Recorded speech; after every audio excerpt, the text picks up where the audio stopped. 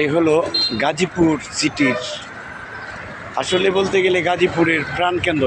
এটা হচ্ছে গাজীপুরের একটা মধ্যস্থল। এই দিক থেকে ময়মনসিংহের মানুষ যাতায়াত করে, নেত্রকোনার মানুষ যাতায়াত করে, প্রায় একটা বিভাগের মানুষ, প্রায় একটা না দুই তিনটা বিভাগের মানুষ এখানে এই জায়গায় যাতায়াত করে। অথচ এই জায়গায় ময়লা ফেলা, এই ময়লার দুর্গন্ধ এতটাই খারাপ।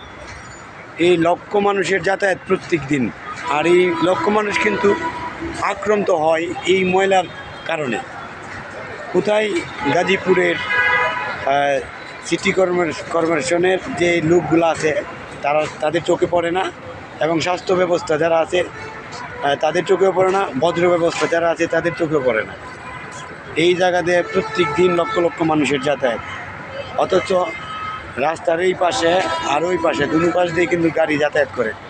এত দুর্গন্ধ মানুষ সহ্য কীভাবে করে আল্লাহ ছাড়া কেউ জানে না। এই জিনিসগুলো দেখার মতো কোনো মানুষ নাই। বাংলাদেশে আছে ভদ্র ব্যবস্থা মন্ত্রণালয়ে, আবার স্বাস্থ্য মন্ত্রণালয়ে, তারা শুধু খালি মন্ত্রণালয় নামেই, কামে না।